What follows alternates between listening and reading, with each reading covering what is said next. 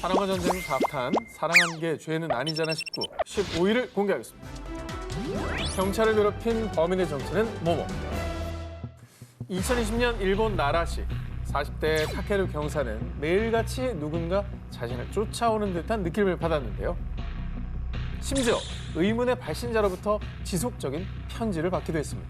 잠깐만, 경찰이 스토킹을 당한 거예요? 네, 그러면 경찰이 잡은 범죄자가 복수하는 걸 수 있죠. 아, 복수하려고.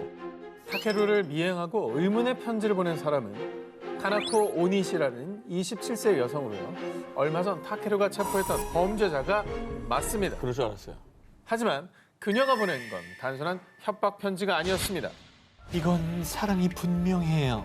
당신의 호적에 올라가고 싶어요. 제발 저와 결혼해 주세요.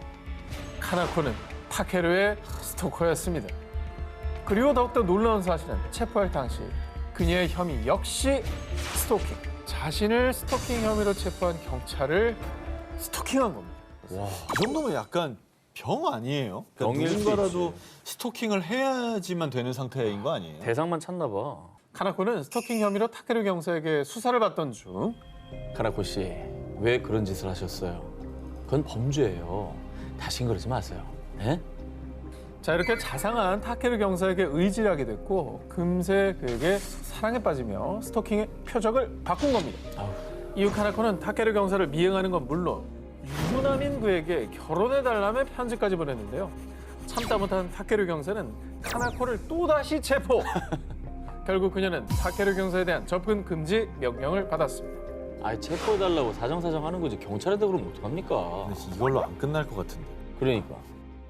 하지만 그녀의 집착 앞에는 법도 무의미했는데요. 2021년 5월 접근 금지 명령을 어기고 또다시 타케루 경사에게 결혼해달라고 애원하는 편지를 보내며 자신의 비뚤어진 욕망을 드러낸 카나코. 이에 타케루 경사는요. 이 사람 정말 안 되겠구만. 제대로 혼쭐 나야겠어. 상습 스토킹 혐의로 카나코를 3번째로 체포. 결국 카나코는 유치장 신세를 지게 됐고요. 그녀는 자신의 범행을 모두 인정했습니다.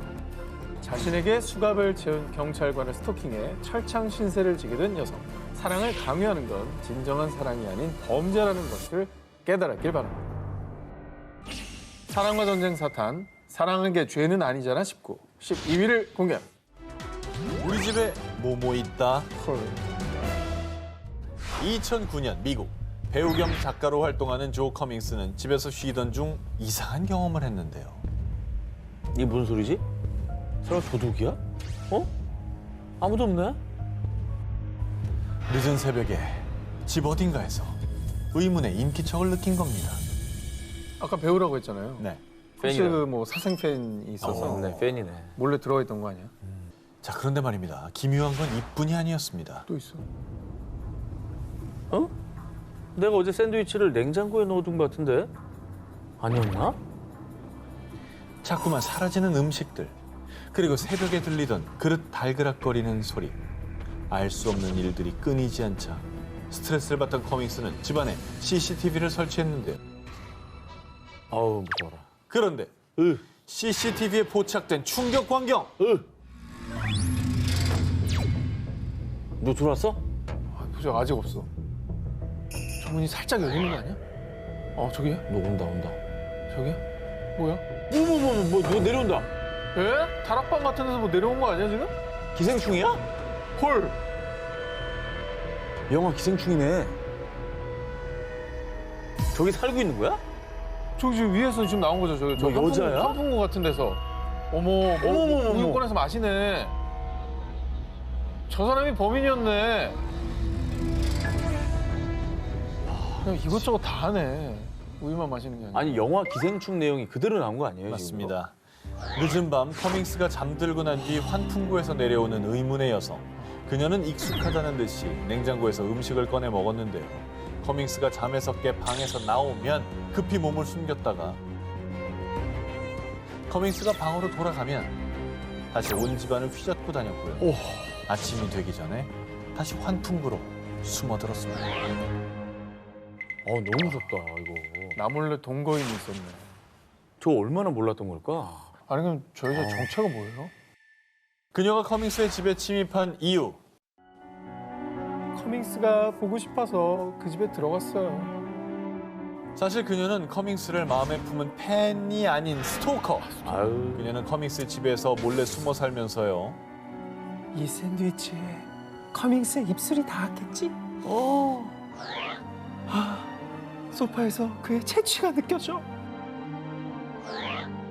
커밍스가 남겨둔 음식을 훔쳐먹고 커밍스가 휴식을 취하던 소파에 온몸을 기대기도 하며 집안 구석구석에 묻어있는 커밍스의 흔적을 느끼고 있었던 건데요.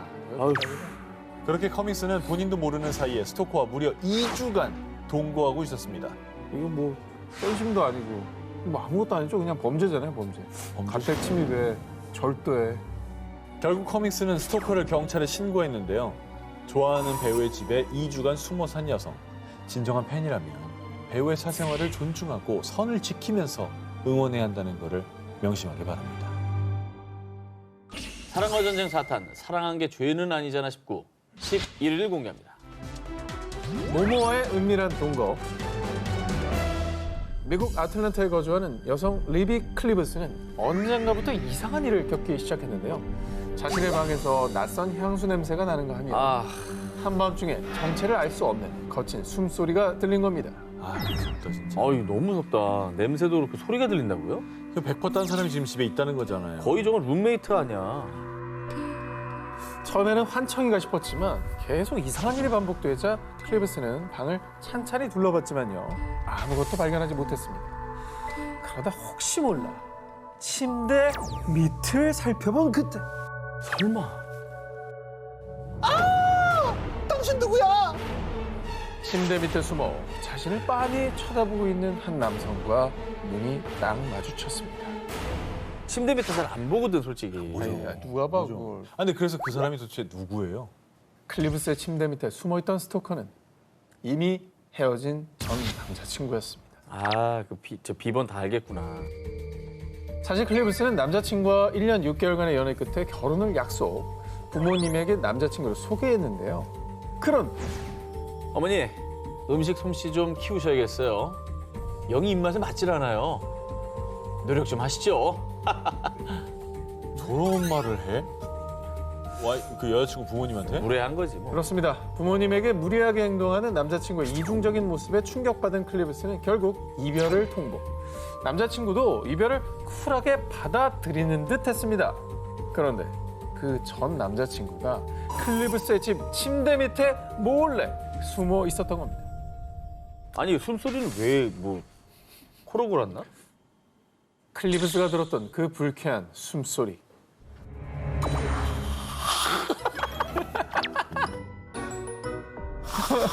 클립스, 지금 너와 함께 누워있는 기분이야.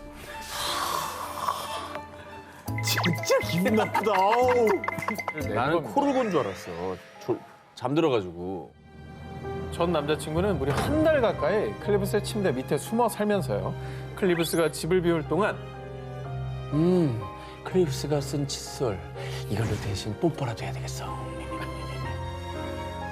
오, 여기 클립스와 내 구역이라고 아무도 못 들어와.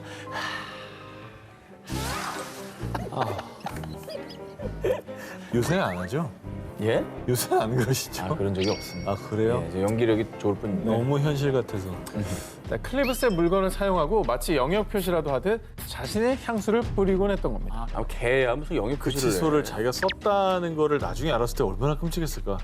클리브스는 즉시 경찰에 신고, 접근 금지 명령을 신청하며 아찔한 상황에서 벗어날 수 있었는데요. 사랑한다는 이유로 선까지 넘어버린 전 남자친구. 당신의 행동은 범죄에 불과합니다. 사랑과 전쟁 4탄, 사랑한 게 죄는 아니잖아 19, 3위를 공개합니다. 경찰서 찾은 목격자의 모모. 2021년 4월 8일 대만. 오토바이로 퇴근하던 20대 여성 정 씨가 실종되는 사건이 발생했는데요. 그런데 다음날 경찰서에 찾아온 한 남자. 어제 사고를 목격했습니다. 제가 구해서 제 차에 태워 잘 보내드렸어요. 사고가 나서 이제 집에 못 들어간 모양이에요. 그죠? 그죠? 사고 목격자일 수 있겠네요. 고마운 분일 수 있죠. 그죠? 그런데 잠시 뒤 정 씨는 병원이 아니라 인근 폐가에서 시신으로 발견됐습니다. 뭐야? 경찰 조사 결과 정말 충격적이게도 목격자라던 50대 남성 황둥밍은 사실 은인이 아닌 뺑소니 가해자였습니다. 뭐? 뺑소니 해놓고 죽인 거야? 와, 그럼 목격자 행세를 한 거네. 자기 죄를 덮으려고. 그뿐만이 아닙니다. 더 놀라운 사실은 그의 정체가 다름 아닌 평소 정 씨를 괴롭혀온 스토커였다는 겁니다. 뭐라고요? 사건 발생 약 2개월 전인 2021년 2월 스토커 황둥밍은 정 씨가 일하는 휴대폰 가게를 찾았는데요. 아휴. 그곳에서 그는 친절한 정 씨에게 반해 그날부터 추잡한 짓을 벌이기 시작했습니다. 황둥밍은 몸에 손을 대며 성추행하기 일수, 그리고 가정이 있는 정 씨가 분명히 싫다고 했음에도 불구하고 그녀의 출퇴근길을 미행하거나 불쑥불쑥 나타나 스토킹했습니다. 그리고 사건 당일 지인에게서 차를 빌린 스토커 황둥밍은 오토바이로 퇴근하는 정 씨를 미행, 고의로 추돌 사고를 일으켰고요. 뭐? 머리를 부딪혀 의식을 잃은 정 씨를 자신의 차에 태워 납치, 추악하게도 폐가에 데려가 추행한 뒤 결박한 채 유기했고요. 그렇게 병원에 가서 치료만 받았어도 살 수 있었던 정 씨는 차디찬 바닥에서 목숨을 잃었습니다. 심지어 스토커 황둥민은 뻔뻔하게도 경찰서로 찾아가 가짜 목격자 행세, 수사에 혼선을 주는 인간 말종짓을 벌였는데요. 말종이네, 말종. 하지만 결국 경찰 조사로 그의 스토커 짓이 여과 없이 드러났고요. 그는 살인죄, 강제 추행 혐의로 기소. 자신의 스토킹 범죄를 교통사고로 위장하려 한 그는 현재 법의 심판을 기다리고 있습니다. 뭘 기다려? 정씨 스토킹 사건을 계기로 대만 내에서 스토커 관련 법 마련의 목소리와 비난이 거세지자 대만 정부는 뒤늦게 스토커 처벌법을 제정, 올해 6월 도입을 앞두고 있습니다. 스토커 때문에 사랑하는 아내를 떠나보낸 남편.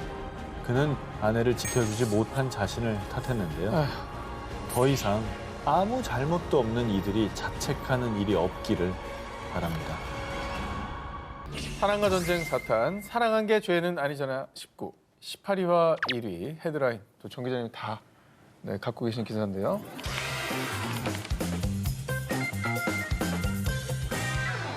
(2007년 3월) 홍콩 60대 남성 양친지는 한 남성을 향해 더 이상은 못 참아. 우리 딸 양리쥐안이 이렇게 고통스러워하는 건 다 당신 때문이야. 경고의 메시지를 남겼습니다. 뭔 얘기죠? 그러니까 누가 딸을 스토킹을 하고 있는 건가요? 리암 그래서- 니슨입니까? 그런 모드입니까? 그래서 스토킹 딸을 구하려는 아빠의 마음. 딸 가진 아빠로서는 저 마음은 100% 이해합니다. 스토커와 달라붙으면 아빠는 화가 나거든요. 당연하죠. 아니, 당연하죠. 예. 그런데 말입니다. 여러분의 예상과는 아예 다릅니다. 예? 이번 사연의 스토커는 다름 아닌 그의 딸 양리쥐안이었습니다. 뭐? 자, 그러니까 양친지의 딸은 스토킹의 피해자가 아니라 가해자였던 것이죠. 1994년 중국 간수성 란저우에 살던 양친지의 16살 딸 양리쥐안은요. 영화배우 유덕화에게 흠뻑 빠져서 학교도 그만두고 덕질에 몰두 20살이 된 이후에는 유덕화를 보기 위해 그의 스케줄을 따라 베이징에 6번, 홍콩만 3번을 방문. 하지만 무려 13년간 단 한 번도 그를 만나지 못했습니다. 아니 만나지 못할 수 있죠. 아니 근데 사실은 맹목적으로 저렇게 연예인 따라다니고 그렇게 긴 시간 했으면 그 정도면 됐다. 그럼 이렇게 할 것 같은데. 아니 따라다니는 거는 뭐 연예인들 좋아하시는 분들은 많으니까 그건 얼마든지 그럴 수 있는데 근데 아까 우리가 들은 아빠의 반응은 지금 우리가 아는 거하고 다르잖아. 그렇죠. 너무 다른데? 네. 유덕화와 결혼하겠다며 그를 찾아 헤매는 딸을 지켜보던 아버지는요. 늦둥이 딸을 전폭적으로 지원. 넉넉지 않은 형편에도 적금을 깨는가 하면 심지어 집을 팔고 급기야 신장 매매까지 시도. 딸을 뒷바라지했습니다. 그러다 2007년 드디어 꿈에 그리고 그리던 유덕화 실물 영접에 성공한 양리쥐안. 홍콩에서 열린 팬미팅에서 무려 13년을 찾아 헤맨 그와 드디어 대면하게 된 겁니다. 자, 하지만 그녀가 유덕화를 1대1로 대면할 수 있었던 시간은 단 10초. 아니 뭐 팬미팅이라는 게 다 그렇잖아요. 좀 오래 본 거예요. 그래. 그토록 꿈꾸던 순간이었지만 오히려 짧은 만남에 허무했던 양리쥐안은 더 큰 고통에 시달리고 맙니다. 아니 그러면 앞에 아버지가 경고의 메시지를 보냈다고 했잖아요. 네. 딸이 너무 그렇게 고통스럽고 힘들어서 유덕화 씨에 대해서 그렇게 얘기를 한 겁니까? 자, 그런데 말입니다. 정말 놀라운 사실은 그 메시지가 아버지 양친지의 유서였다는 것입니다. 그는 유덕화를 원망하는 데 그치지 않았고요. 스스로 목숨까지 끊는 것입니다. 하지만 그녀는 아버지의 죽음에도 유덕화에 대한 집착을 버리지 못했습니다. 이미 정상이 아닌 겁니다, 지금. 자, 하지만 유덕화가 자신을 만나주지 않자 급기야 아버지의 죽음이 그의 탓이라고 소송을 제기합니다. 자, 하지만 결국 패소했고요. 이 사건 이후로 유덕화는 충격에 정신과 치료까지 받아야 했습니다. 내가 열심히 연예인 활동을 한 결과로 누군가가 죽었다, 자살했다. 그럼 다행히 7년이 지난 2014년 양리주야는 부친의 자살과 유덕화는 무관하다며 사과했고요. 현재는 과거 자신의 행동과 아버지의 죽음에 큰 죄책감을 느끼고 반성하며 살고 있다고 합니다. 2013년 10월 일본 군마현 다테바야시 25세 여성 스즈키 치히로에게 연락한 38세 남성 나가이 타가오. 낮에 같이 밥 먹은 남자 누구야? 그 남자랑 무슨 사이냐고? 아무 사이 아니라니까. 거짓말! 지금 네 집 앞이야. 너 나올 때까지 기다린다. 일단 뭐 남자가 굉장히 화가 나 있고 어쨌든 의심받는 상황인 것 같아요. 네. 사실 두 사람은요 커플이 아니었습니다. 커플도 아니에요, 심지어? 이미 헤어진 사이. 그럼 남이네. 뭐야, 끝났으면 끝난 거지. 저렇게 딴 얘기할 남자를 권한도 없어요. 그럼 남남이 만나든 말든 무슨 상관이세요? 뭐하든 상관없는 거 아니에요? 이게 구질구질한 내용이네. 집착하고 그죠? 자, 그런데 말입니다. 치히로에게 재결합을 강요하던 타가오는 급기야 그녀를 폭행하고 스토킹. 결국 견디다 못한 치히로는 몰래 이사한 뒤에 타가오가 자신을 찾을 수 없도록 주민대장 열람 제한까지 신청했습니다. 얼마나 무서우면 이사까지 했고 완전히 그냥 그 남자한테 벗어나려고 시도는 한 거잖아요. 그렇죠. 네. 치히로가 이사를 가자 분노에 타오른 타가오. 감히 날 피해 숨어? 두고 봐, 내가 반드시 찾아낸다. 그는 치히로를 찾기 위해 특단의 조치를 취했습니다. 경찰서죠? 불법 각성제 갖고 있는 사람들 신고하려고요. 뭐? 치히로 가족의 차에 몰래 불법 마약 성분이 든 각성제를 가져다 둔 타가오. 헐.